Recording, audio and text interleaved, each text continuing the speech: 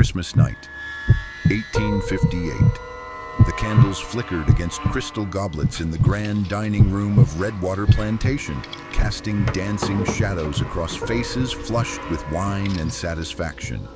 The Croft family had gathered for their most elaborate feast of the year, 7 souls breaking bread in celebration, while the Georgia swamp whispered secrets beyond their windows. What none of them knew was that their cook, a woman called Silence, had already served the final course. The first sign came as Master Alistair Croft raised his fork to his mouth, savoring the spiced meat pie that had taken her 3 days to prepare. A slight cough, nothing more than a gentleman clearing his throat. Then his wife Eliza gasped, her hand flying to her chest as if something had seized her heart. The children began to choke on their portions, their holiday laughter transforming into desperate animal sounds. Before we go on, tell me in the comments where you are watching from. If this is your first time here, subscribe because the story I am about to tell goes beyond anything you can imagine. Within minutes, the dining room had become a theater of convulsions. Bodies writhed against mahogany chairs, wine glasses shattered against the floor, and the Christmas feast became a tableau of agony. Through it all, Silence stood in the kitchen doorway, watching with the stillness of someone who had waited a very long time for this moment. By dawn, 7 souls lay dead around that table, but the 8th had vanished into the swamp like smoke, leaving behind only the lingering scent of bitter almonds and a mystery that the authorities would be desperate to bury. To understand what happened that Christmas night, you must first understand the place where it occurred. Redwater Plantation sat like a festering wound in the heart of the Ocney Swamp, 30 miles southeast of Savannah in Liberty County, Georgia.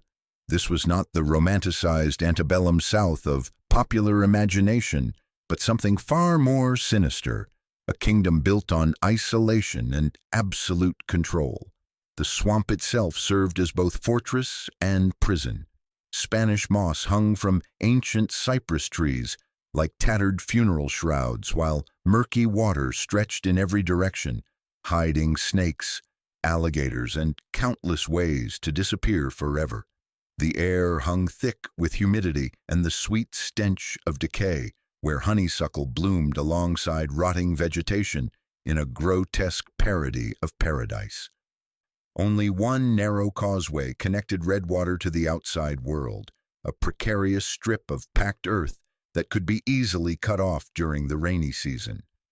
This isolation was no accident.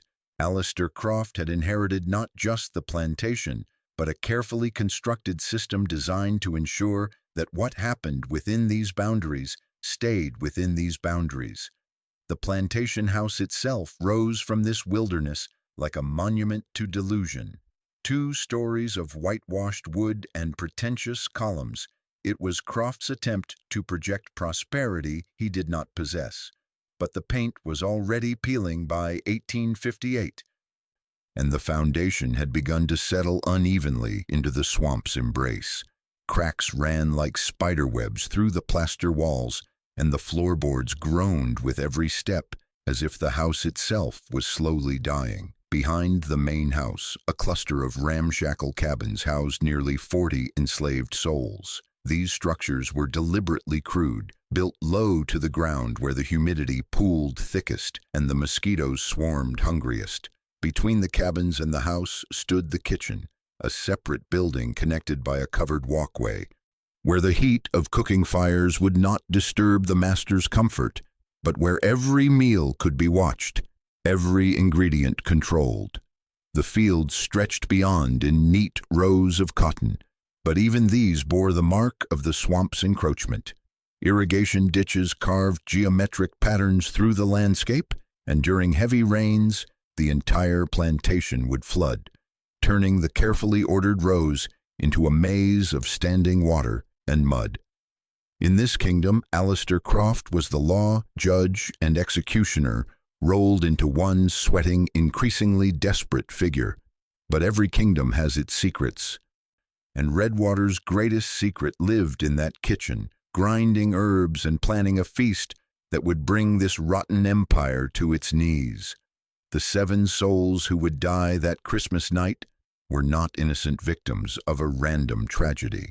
They were the architects and inheritors of a system built on human suffering, each playing their role in the machinery of oppression that would ultimately destroy them. Master Alistair Croft was a man defined by his failures. He had inherited Redwater not as a thriving enterprise, but as a burden wrapped in debt and delusion. His father had mortgaged the plantation repeatedly to maintain appearances, and by 1858, Alistair owed nearly $15,000 to various creditors, chief among them his business partner, Gideon Hale of Savannah. The ledger books tell the story of a desperate man, borrowing against future cotton harvests that grew smaller each year as the swamp reclaimed more of his fields.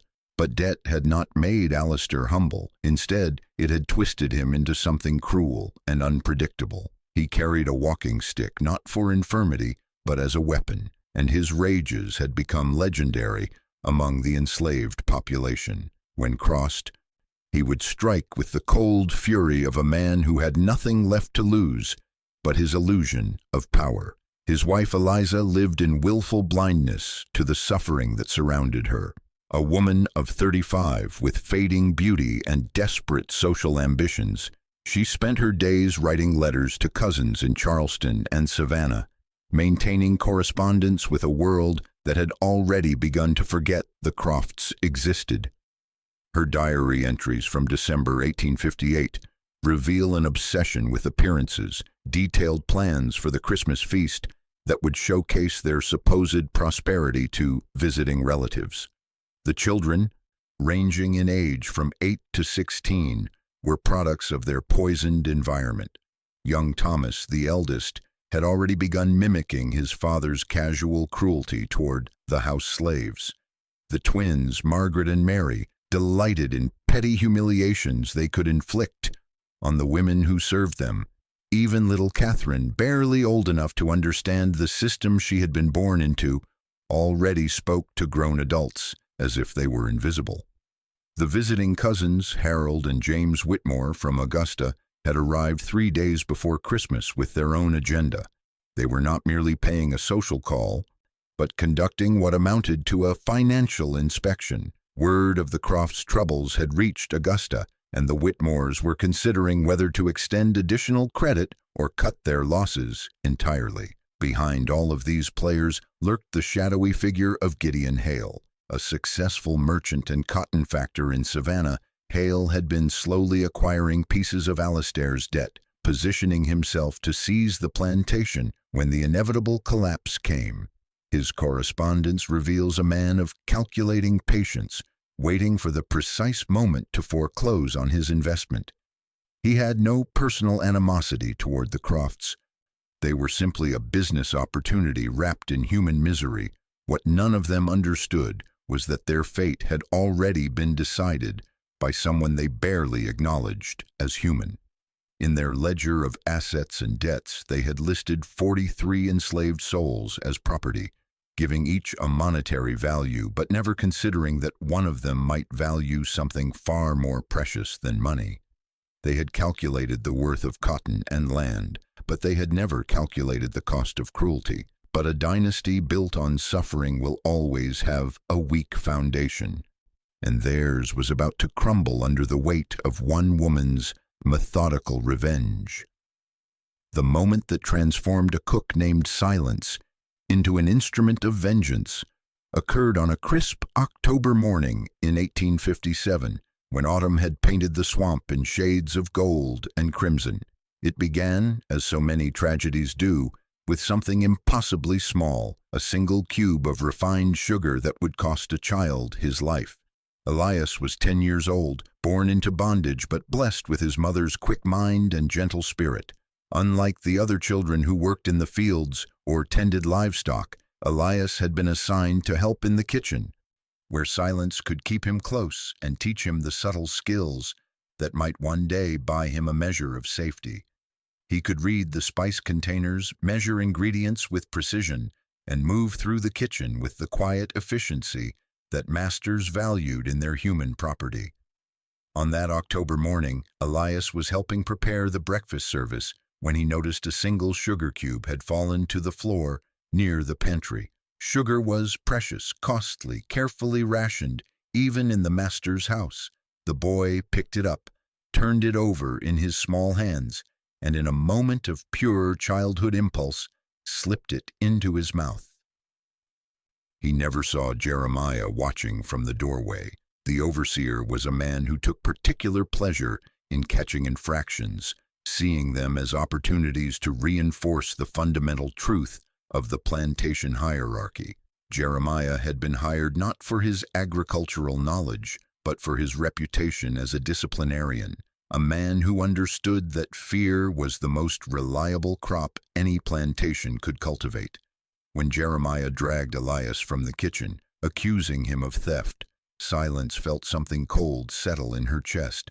She had seen this scene before, witnessed the casual brutality that passed for justice in this kingdom of suffering.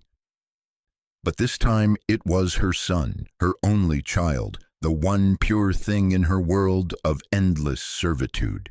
She followed them to the yard behind the cabins, where a crowd of enslaved workers had been summoned to witness the lesson. Alistair Croft emerged from the house, still in his breakfast clothes, carrying the walking stick that served as both symbol and instrument of his authority. The interrogation was brief and brutal. Elias, trembling but truthful, admitted to eating the sugar cube. He explained that it had fallen, that he had not stolen it from the bowl, that he was sorry and would never do it again. His honesty, his childhood innocence, only seemed to inflame Croft's rage. What happened next took less than 5 minutes, but those minutes stretched into an eternity for the woman who watched her son die. The walking stick rose and fell with mechanical precision, each blow accompanied by Croft's shouted lessons about respect and property and the proper order of things. When Elias collapsed, when his small body stopped moving, when the terrible silence fell over the assembled crowd, Croft simply wiped his stick clean and returned to his interrupted breakfast. The official cause of death, recorded in no ledger that would survive, was listed as a heart ailment. Within a week, a bill of sale appeared in Croft's papers, documenting the purchase of a replacement child from a plantation near Augusta. The transaction was noted with the same casual precision used to record the purchase of livestock or farm equipment. But something had died in that yard beyond the life of one small boy. The woman who had been called Silence discovered that grief could burn hotter than any forge, that loss could be refined into something far more dangerous than sorrow. She buried her son in the slave cemetery behind the cabins, marked his grave with a simple wooden cross, and began to plan a feast that would balance the scales of justice. From that day forward, the cook known as Silence began to plan a reckoning that would make the master's Christmas feast into a banquet of retribution, where every course would carry the bitter taste of consequence. In the weeks following her son's murder, Silence moved through her daily routines with the mechanical precision of a woman who had learned to hide her thoughts behind a mask of servitude. She kneaded bread with hands that no longer trembled, prepared meals with ingredients she measured to the grain, and spoke only when spoken to. But behind her carefully composed exterior, a deadly education was taking place. The plantation's medicinal garden lay behind the slave quarters, tended by an ancient man called Old Saul, whose knowledge of plants had made him indispensable to masters who preferred to treat their human property themselves rather than pay for a doctor's visits. Saul had been born in Carolina Low Country, where his grandmother had taught him the secret language of roots and leaves, the difference between healing and harming, often measured by nothing more than the size of a dose. Silence began visiting the garden in the early morning hours, before the kitchen fires needed tending. She claimed to suffer from sleeplessness, a condition that would surprise no one who had witnessed what she had witnessed. She asked Saul about plants that might bring rest, herbs that could quiet a troubled mind, remedies for the kind of grief that ate at a person from the inside. The old man was cautious at first. He had survived 7 decades by understanding which knowledge was safe to share and which could bring swift and terrible consequences. But silence was patient, earning his trust through small kindnesses, helping him tend the more delicate plants, listening to his stories of healing with the attention of a devoted student. It was during one of these conversations that Saul mentioned the devil's trumpet, a plant whose white, bell-shaped flowers bloomed with deceptive beauty throughout the swamp. The Cherokee had called it ghost medicine, he explained, because it could send a person's spirit wandering while their body remained behind. In small doses, it brought visions and sleep. In larger doses, it brought something far more permanent. Silence absorbed this information without changing expression, but that evening she walked deep into the swamp, following paths known only to those who had been forced to forage for survival. She found the Jimson weed growing wild near the water's edge, its thorny seed pods heavy with potential. The plant seemed almost eager to be harvested, as if it understood its destiny. Back in her cabin, working by the light of a single candle, she cracked open the seed pods with methodical care. Each pod contained dozens of small, dark seeds, bitter to the taste and potent enough to stop a heart. She ground them using a small pestle and mortar, tools that had once prepared healing teas for sick children, now repurposed for a darker alchemy. The powder that resulted was fine as flour, with a bitter, astringent smell that would need to be masked by stronger flavors. She tested tiny amounts on rats that plagued the kitchen stores, observing how quickly the poison worked, how much was needed, how the symptoms progressed from restlessness to convulsions to the final merciful stillness. By December, she had accumulated enough poison to kill a dozen men. She stored it in a small cloth pouch, hidden beneath a loose floorboard in her cabin, wrapped in oiled paper to keep it dry. The weapon was ready, but she would wait for the perfect moment, a day when all her enemies would gather at one table, when their guard was down and their appetites were strong. The poison was ready, but patience would make it perfect, and Christmas would provide the stage for a performance they would never forget. December arrived at Redwater Plantation with unseasonable warmth, as if the swamp itself was holding its breath for what was to come.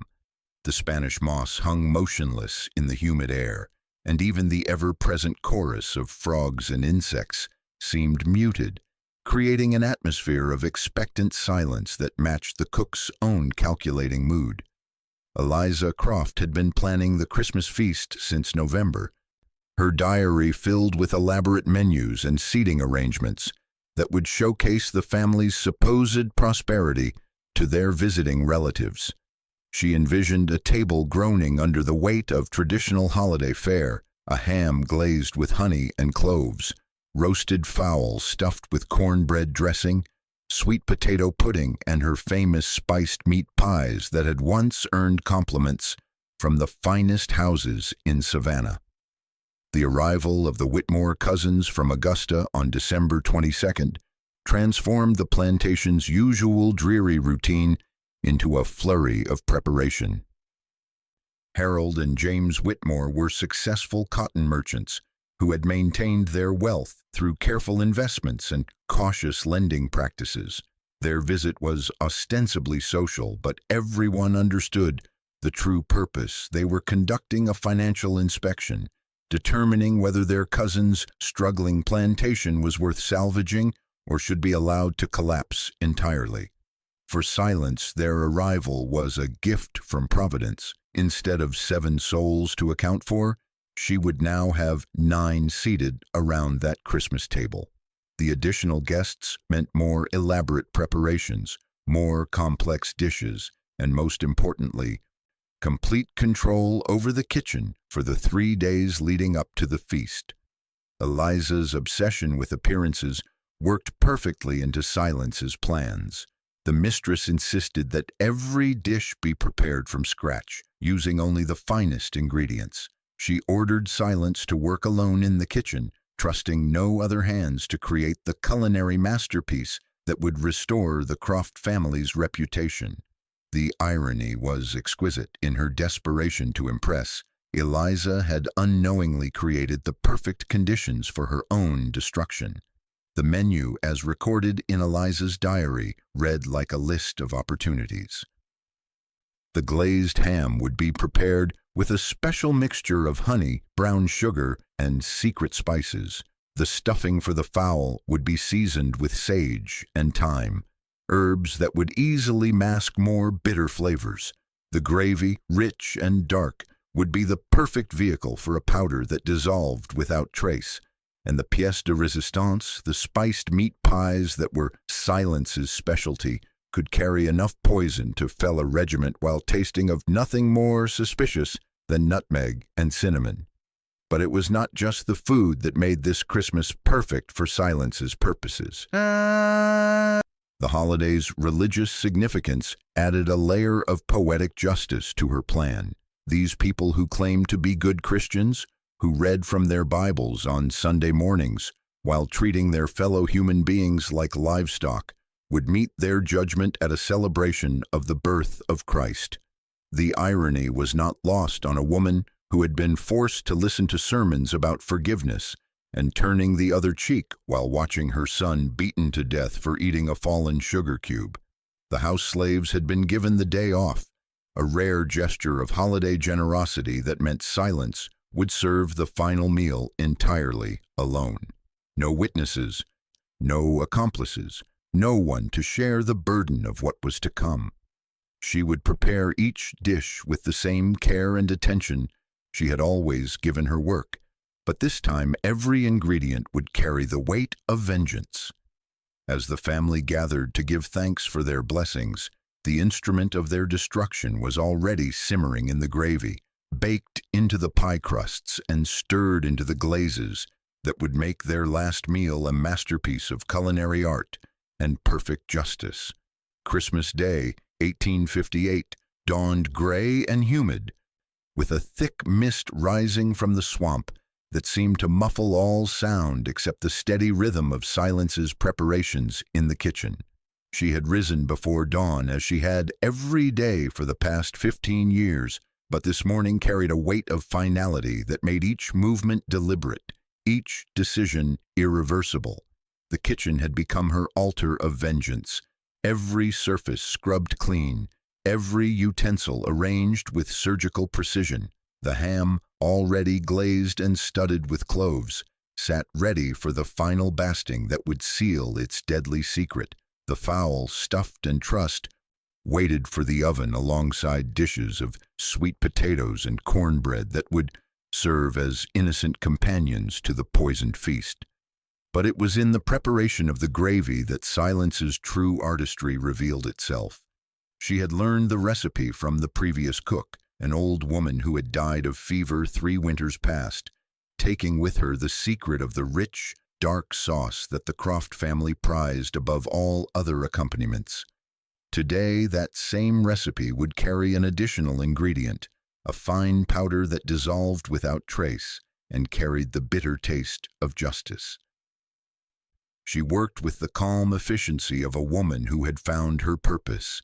Each measured spoonful of the Jimson weed powder was stirred into different dishes, the amounts carefully calculated based on her experiments with the kitchen rats.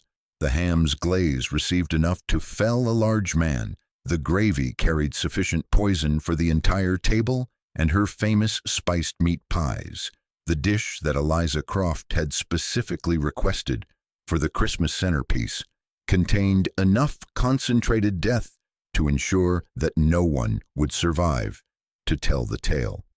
As the morning progressed, the sounds of celebration began to drift from the main house.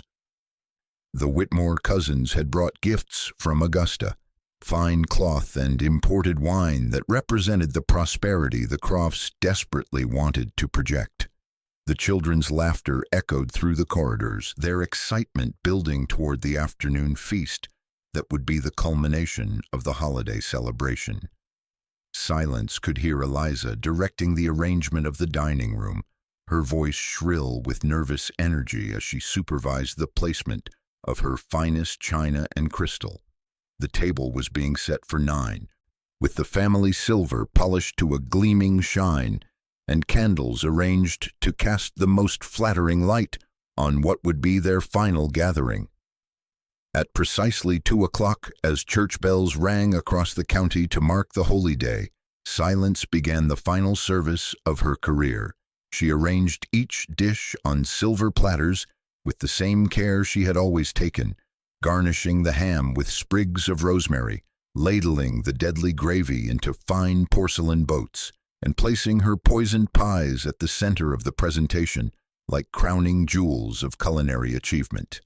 The dining room fell silent as she entered, carrying the first course with steady hands and a face that revealed nothing of the storm raging in her heart. The Croft family and their guests looked up expectantly, their faces flushed with wine and anticipation, completely unaware that their cook had become their executioner. She served each person with methodical care, ensuring that every plate received its full portion of both food and fate. Master Croft received the largest helping, as befit his position as head of the family.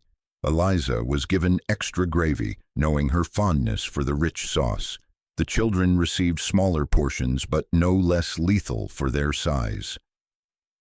Throughout the service, Silence maintained the invisible demeanor that had protected her for so many years, moving around the table like a shadow, refilling wine glasses and ensuring that every need was met. But inside, she was counting heartbeats, measuring minutes, waiting for the moment when the poison would begin its work. The first sign came as dessert was being served. Master Croft paused with his fork halfway to his mouth, a slight frown crossing his features as if something had disagreed with him. Then Eliza gasped, her hand flying to her throat as the alkaloids began to constrict her breathing. Within minutes, the dining room had erupted into chaos as 7 bodies succumbed simultaneously to convulsions that would not stop. Silence stood in the doorway between kitchen and dining room, watching the culmination of 14 months of planning unfold with the precision of a master clockmaker's mechanism. She felt no joy in their suffering, no satisfaction in their terror, only the cold completion of a task that had consumed her existence since the day her son died for the crime of tasting sugar. When the last convulsion had stilled, when the final gasp had echoed through the suddenly silent house, she removed her apron and folded it carefully on the kitchen table. Then she walked out the back door and into the swamp that had been both her prison and her salvation, leaving behind only the lingering scent of bitter almonds and a Christmas feast that had become a banquet of perfect justice. The silence that fell over Redwater Plantation on Christmas night was deeper than the usual quiet of the swamp, a stillness so complete it seemed to press against the ears like cotton.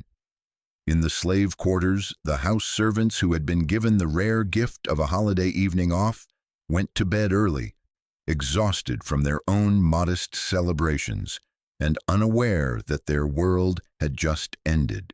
It was Corinthia, the young housemaid who had been Silence's closest confidant, who made the discovery at dawn on December 26th. She had come to the main house early, as was her custom, to begin cleaning up after what she assumed had been a successful Christmas feast. The kitchen door, usually locked after the evening service, stood slightly ajar, moving gently in the morning breeze like a mouth trying to speak. The kitchen itself told the first part of the story. Every pot had been scrubbed clean, every utensil returned to its proper place. The work surfaces wiped down with the methodical care that had been Silence's trademark for 15 years. But Silence's apron lay folded on the central table, abandoned like a flag of surrender, and the back door gaped open to the swamp beyond. It was the silence from the main house that sent the first chill down Corinthia's spine. No morning bustle, no children's voices, no sound of Eliza Croft's sharp instructions echoing through the corridors. The girl called out tentatively, then louder, her voice seeming to die in the humid air without response. The dining room door was closed, unusual for the morning after a feast, when the family would typically linger over coffee and leftover delicacies. When Corinthia pushed it open, the sight that greeted her was so far beyond her experience that her mind struggled to process what she was seeing. 9 bodies remained seated around the table, as if frozen in their final moments. Some slumped forward into their plates, others thrown back in their chairs with faces contorted in expressions of unimaginable agony. The fine crystal had shattered where hands had clenched in death throes. Wine had spilled across the white tablecloth like blood, and the elaborate feast remained largely uneaten, transformed from celebration to crime scene. Corinthia's scream echoed through the house and across the plantation, a sound so piercing and desperate that it woke every soul for miles around. Within minutes, the other house servants had gathered, their faces reflecting the same horror and disbelief. Old Saul arrived from the garden, took one look at the scene, and immediately began herding the others away from what he recognized as a place of death too dangerous to contaminate with their presence. The news spread through Liberty County with the speed that only tragedy can achieve. By noon, a crowd had gathered at the single causeway leading to Redwater, though few dared to cross onto the plantation itself. Sheriff Matthias Crenshaw arrived with 2 deputies, men whose experience with violence had been limited to drunken brawls and property disputes, utterly unprepared for a scene of mass death that defied immediate explanation. The initial theories were as wild as they were desperate. Some suggested a robbery gone wrong, though nothing appeared to be missing except for a few pieces of silver that might have been taken for survival rather than profit. Others whispered of a voodoo curse, pointing to the fact that all 9 victims had died simultaneously without any apparent struggle or defensive wounds. But it was the discovery of Silence's absence that transformed speculation into something approaching panic. A cook did not simply vanish on the same night that an entire family died at their dinner table. The coincidence was too perfect, too convenient, too terrifying to dismiss as mere chance. By nightfall, a hastily organized posse had been assembled, led by men whose fear of slave rebellion outweighed their fear of the treacherous swamp. Dogs were brought from neighboring plantations, their baying echoing across the water as they followed scent trails that led inevitably to the water's edge and then disappeared entirely. But by the time they thought to question the missing cook, she was already deep in the swamp's embrace, following paths known only to those who had been forced to forage for survival in the watery wilderness that had claimed so many others before her. The manhunt for Silence began at first light on December 27th, when Sheriff Crenshaw assembled 20 men from the surrounding plantations, each armed with rifles and carrying enough supplies for what they assumed would be a brief expedition into the swamp. They had brought the finest tracking dogs from 3 counties, animals trained to follow human scent through the most challenging terrain, and they were confident that one woman, no matter how desperate, could not long evade such a determined pursuit. But the Orkney swamp was not merely difficult terrain, it was a living entity that actively resisted intrusion, a maze of water and mud and tangled vegetation that had swallowed countless souls over the decades. The cypress trees rose like ancient sentinels from water so dark it reflected no light. Their bases flared into buttresses that created hidden channels and dead ends where a person could vanish without trace. The dogs picked up Silence's scent immediately at the kitchen door, following it across the yard behind the slave cabins and into the thick undergrowth at the swamp's edge. But within an hour, their confident baying had turned to confused whimpers as the trail fragmented and disappeared in the maze of waterways that crisscrossed the wetlands like a spider's web. What the posse did not know was that Silence possessed knowledge accumulated over 15 years of forced foraging, times when the plantation's meager rations had been insufficient and she had been compelled to venture into the swamp to gather wild greens and medicinal plants. She knew which paths stayed dry during high water, which fallen logs would support a person's weight, and most importantly, which routes led to the network of hidden streams that flowed toward the Altamaha River and freedom beyond.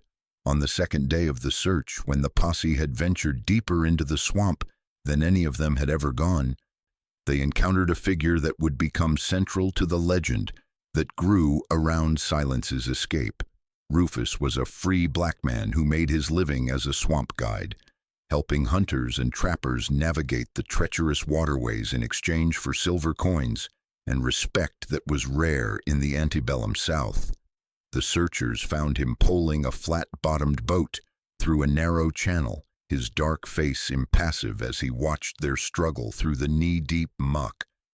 When questioned about a runaway woman, Rufus claimed to have seen nothing unusual, but there was something in his eyes, a knowledge carefully hidden, that suggested he was not telling the complete truth. Years later, when the fear had subsided and the official story had hardened into accepted fact, Rufus would tell a different tale to those who shared his skin color and understood the unspoken obligations of survival. He spoke of a woman who had appeared at the river crossing on Christmas night, her eyes burning with a fire he had never seen before, carrying nothing but a small cloth bundle and a determination that seemed to bend the very air around her.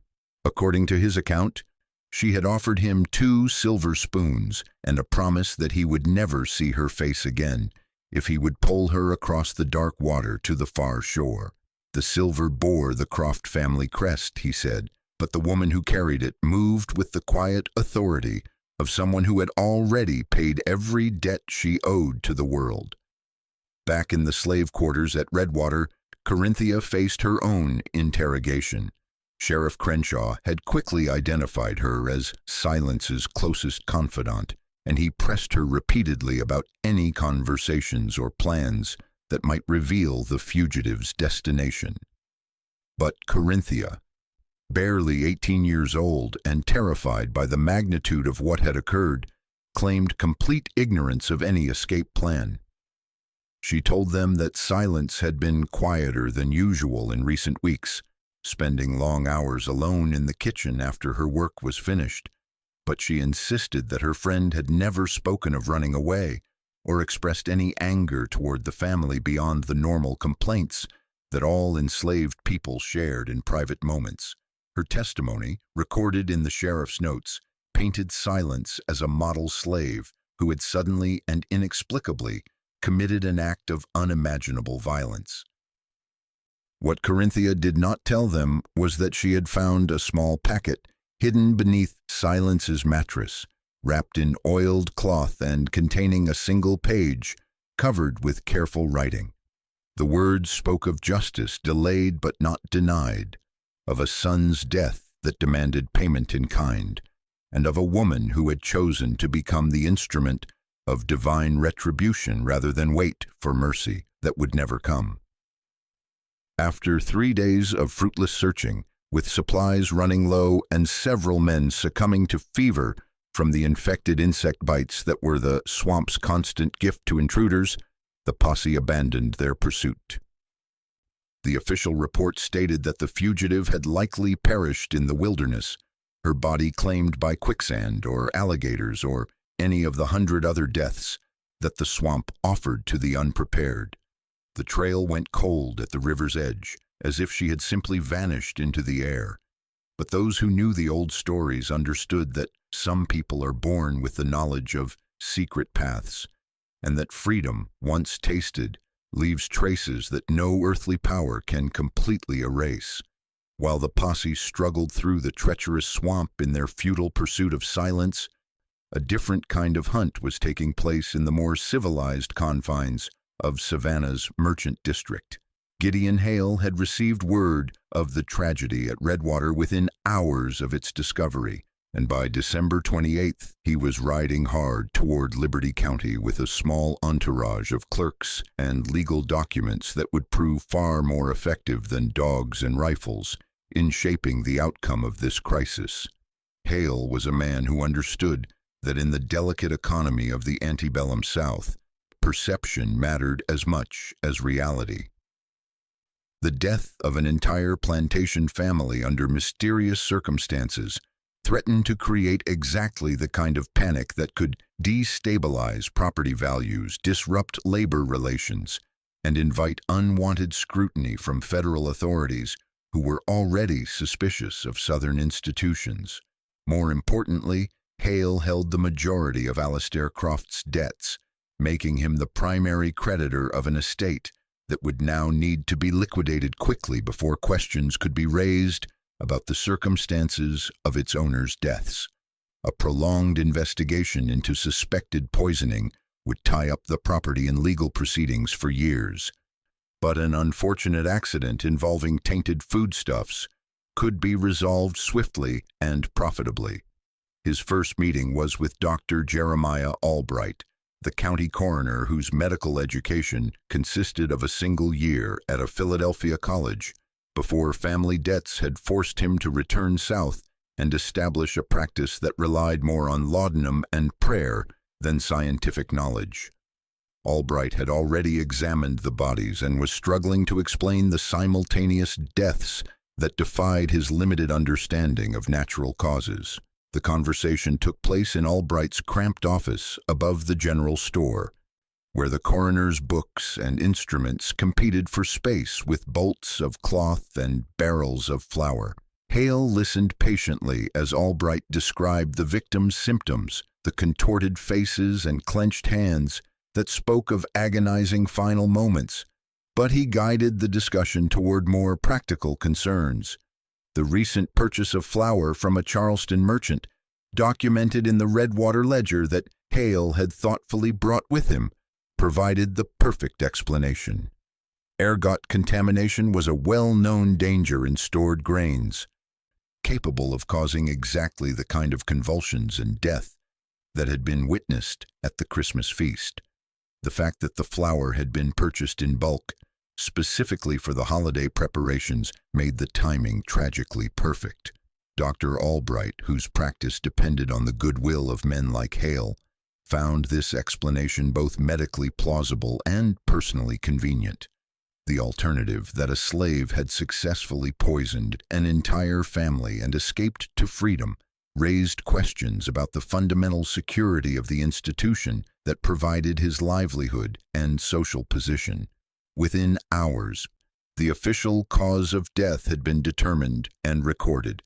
The coroner's inquest, a document remarkable for its brevity and certainty, concluded that the Croft family and their guests had died from accidental poisoning caused by ergot-contaminated flour. The missing cook was presumed to have fled in panic after discovering the deaths, only to perish in the swamp during her confused attempt to escape blame for a tragedy that was beyond her control or understanding. The ledger entry for the flour purchase, conveniently dated December 20th, provided documentary evidence that supported this conclusion.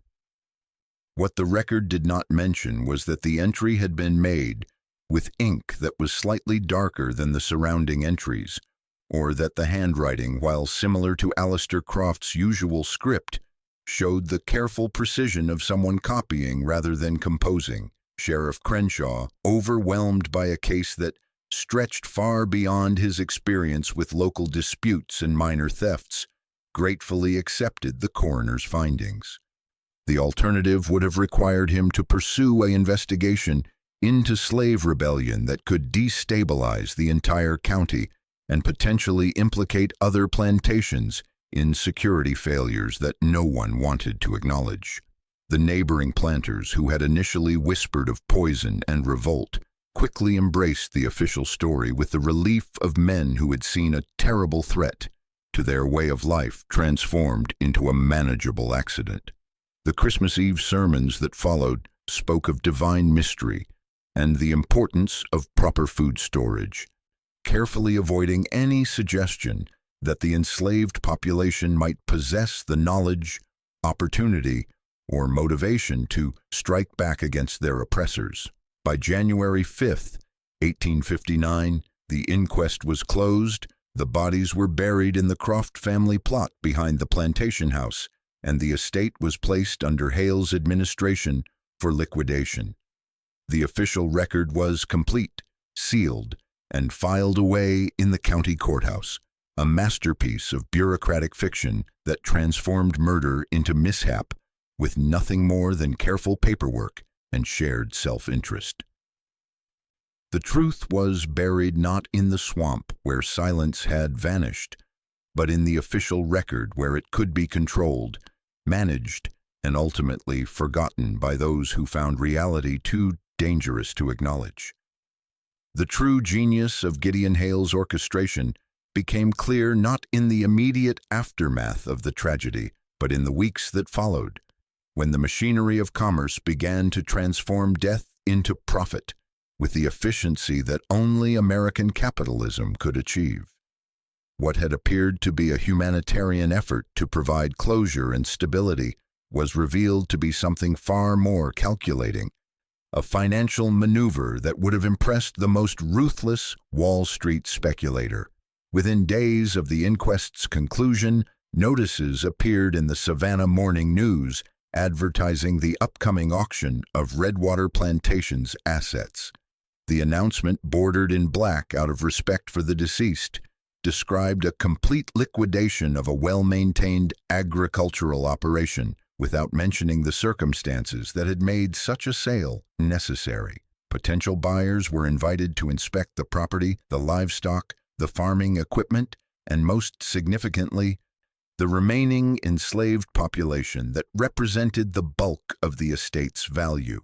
The auction took place on a crisp January morning, with buyers arriving from as far as Charleston and Augusta, drawn by rumors of bargain prices on prime cotton land and seasoned field hands.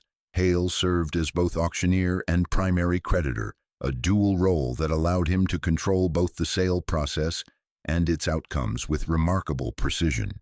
The land itself sold for considerably less than its assessed value, purchased by a consortium of investors that included Hale himself through a series of shell partnerships that obscured his direct involvement. The enslaved families were separated and sold to different plantations, their intimate knowledge of Redwater's routines and secrets scattered across 3 counties where their individual testimonies could never be reassembled into a coherent narrative. But it was in Hale's private correspondence, discovered decades later in the archives of a Savannah bank, that the full scope of his calculations became apparent. A letter to his business partner in Charleston, dated January 20th, 1859, laid out the financial arithmetic of tragedy with breathtaking coldness. The letter began with conventional expressions of regret for the unfortunate circumstances that had befallen the Croft family, but quickly moved to more practical matters. Hale detailed how his position as primary creditor had allowed him to recover not only the $15,000 that Alistair had owed him, but an additional $8,000 in assets that more than compensated for the risks he had undertaken in extending credit to a failing plantation. More revealing was his analysis of what he termed the social costs of alternative outcomes. A prolonged investigation into suspected slave rebellion, he wrote, would have created panic throughout the region, depressing property values and disrupting labor relations in ways that could have cost the plantation economy hundreds of thousands of dollars. The swift resolution of the case as an accidental tragedy had preserved market stability while allowing him to acquire prime agricultural land at a fraction of its normal price. The most chilling passage dealt with what Hale called the human inventory. He noted that the forced sale of Redwater's enslaved population had actually increased their market value, since buyers competing at auction were willing to pay premium prices for workers with proven experience in cotton cultivation.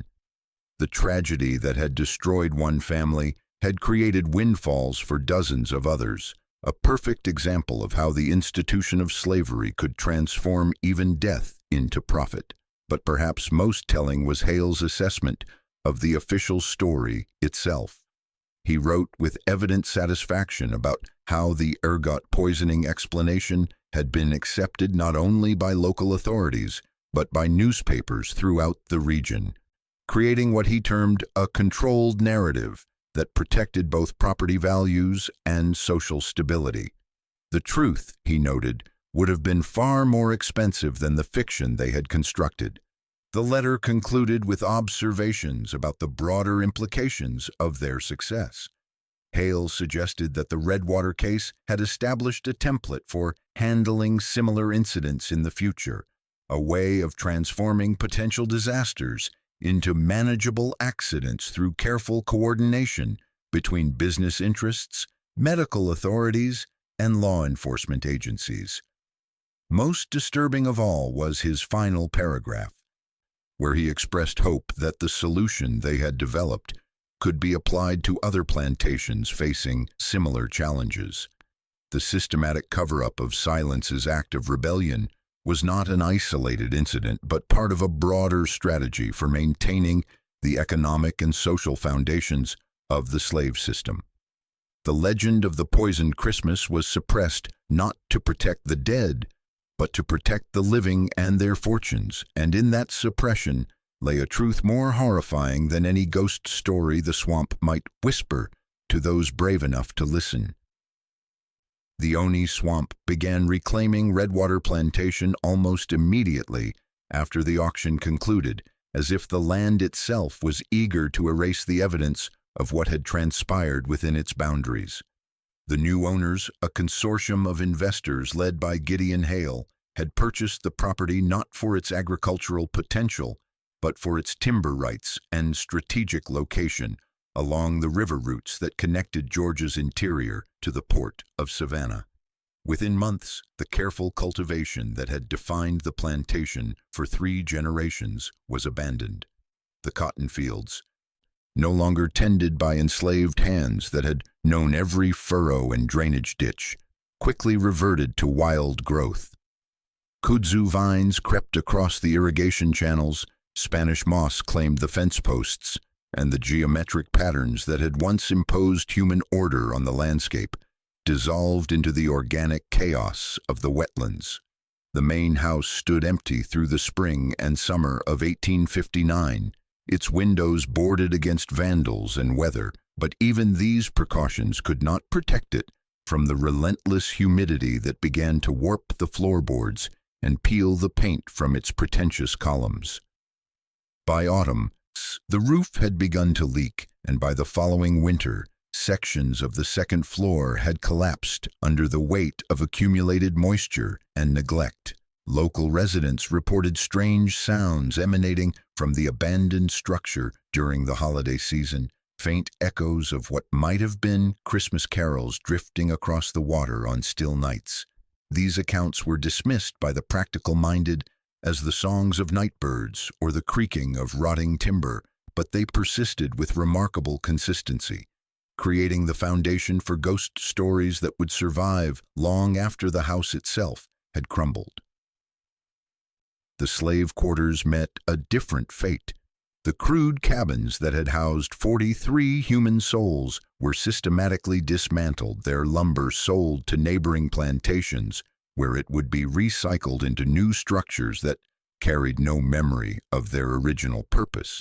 This erasure was deliberate, part of the broader effort to eliminate any physical evidence that might contradict the official narrative of accidental tragedy. But the scattered families who had once called Redwater home carried their own memories to new plantations across 3 counties, and in the hidden spaces where enslaved people could speak freely, a different story began to take shape. They whispered of Silence's quiet strength, of her son's cruel death, and of the Christmas feast that had become an instrument of perfect justice.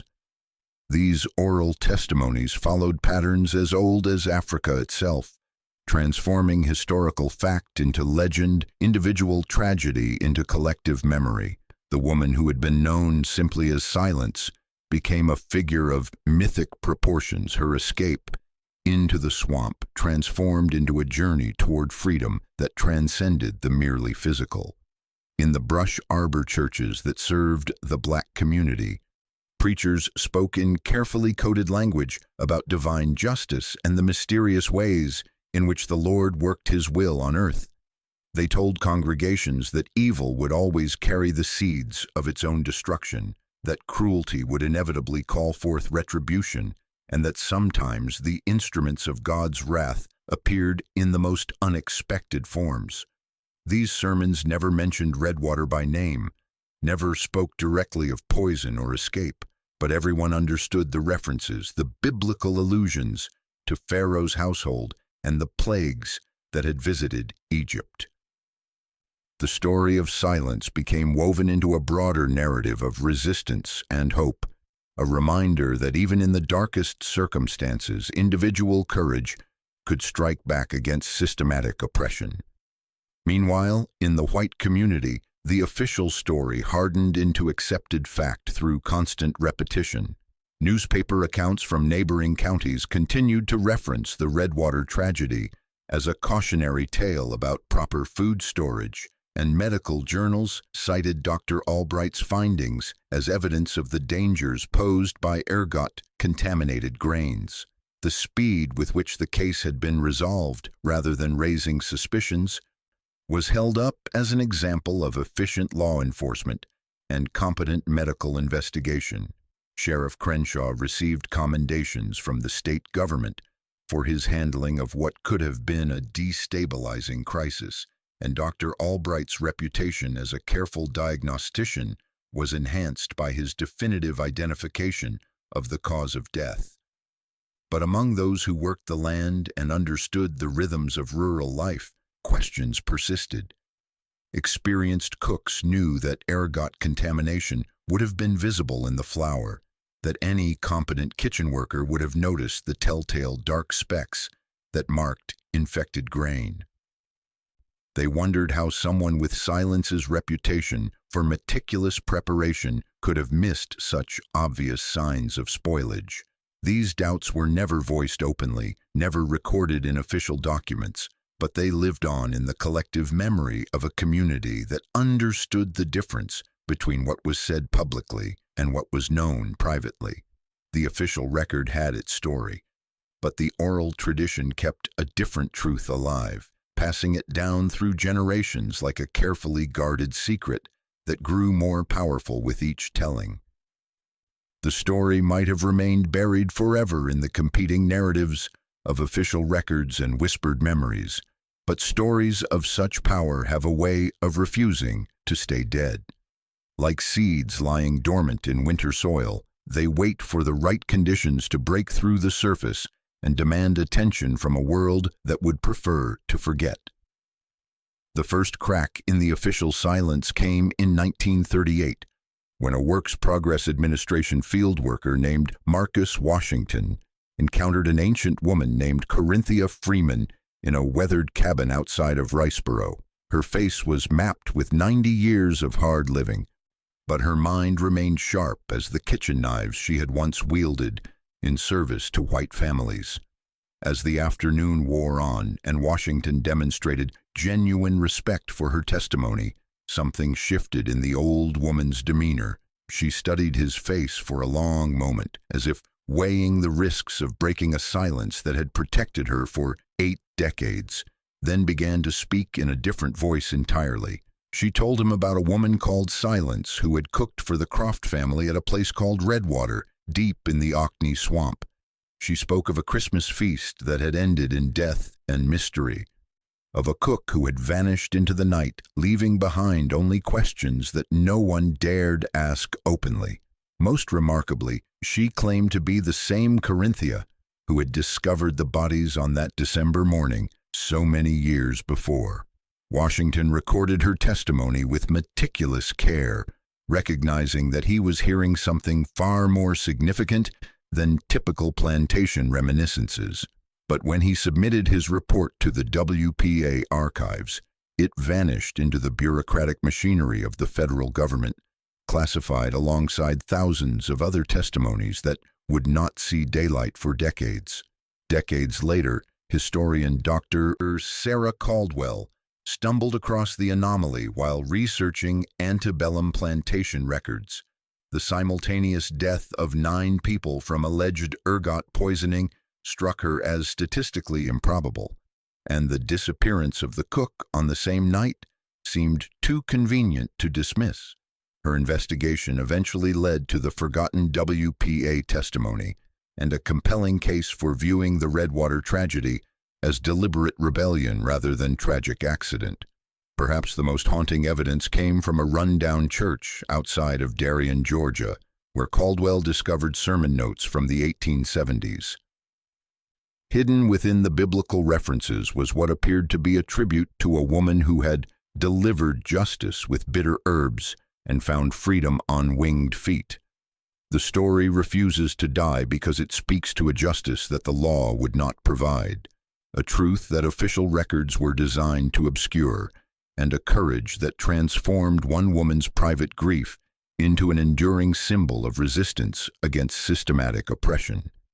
In the end, what we are left with is not a mystery to be solved, but a truth too uncomfortable for its time to acknowledge and too powerful for subsequent generations to entirely forget. The official record insists that 9 people died by accident on Christmas Day, 1858, victims of contaminated flour and tragic circumstance. But the weight of evidence, both spoken and unspoken, points to a different conclusion entirely. The facts themselves are undeniable. A family known for cruelty died simultaneously at their Christmas feast. Their cook, a woman who had endured years of brutality, culminating in the murder of her only child, vanished that same night and was never seen again. The investigation was conducted with suspicious speed by men who had clear financial incentives to avoid prolonged scrutiny. The official explanation relied on a convenient ledger entry that bore signs of forgery. But beyond these documented inconsistencies lies something more fundamental, a recognition that Silence possessed both the means and the motive to transform her kitchen from a place of servitude into an instrument of retribution. She had access to deadly plants through her relationship with Old Saul, knowledge gained through 15 years of forced foraging in the swamp. She had opportunity, working alone in the kitchen for 3 critical days before the feast. And she had motive that transcended mere anger, the cold determination of a mother who had watched her child beaten to death for the crime of tasting sugar.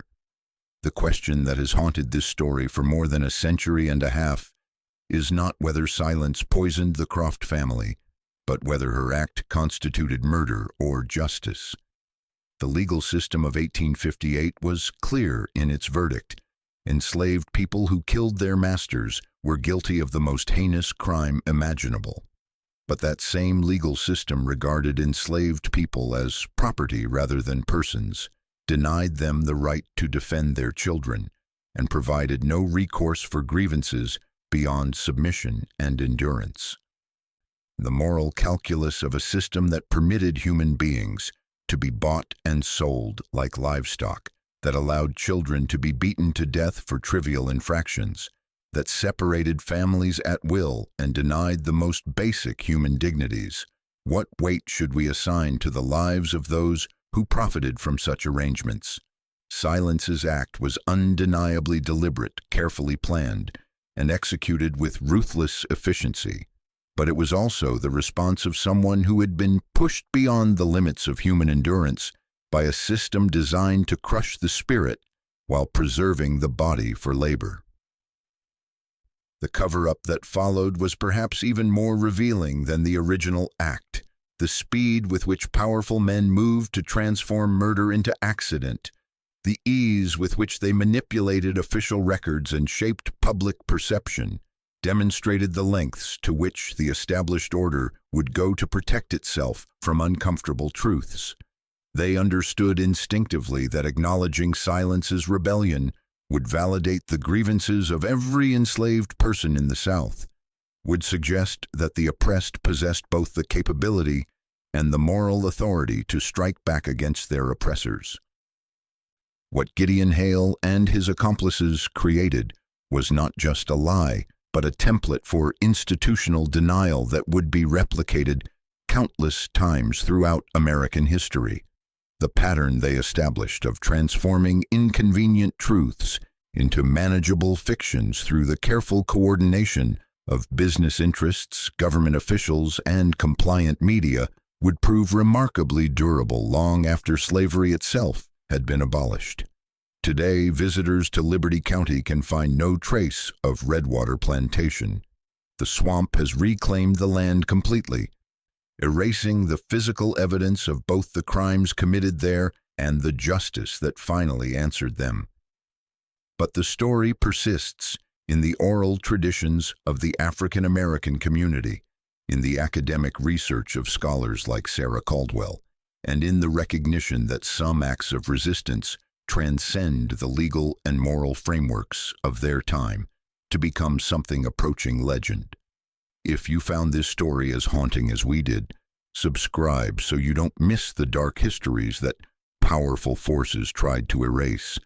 The records can be falsified, the ruins can be swallowed by time and vegetation, but the act itself remains, a permanent stain on the history of American slavery that no amount of official denial can completely erase.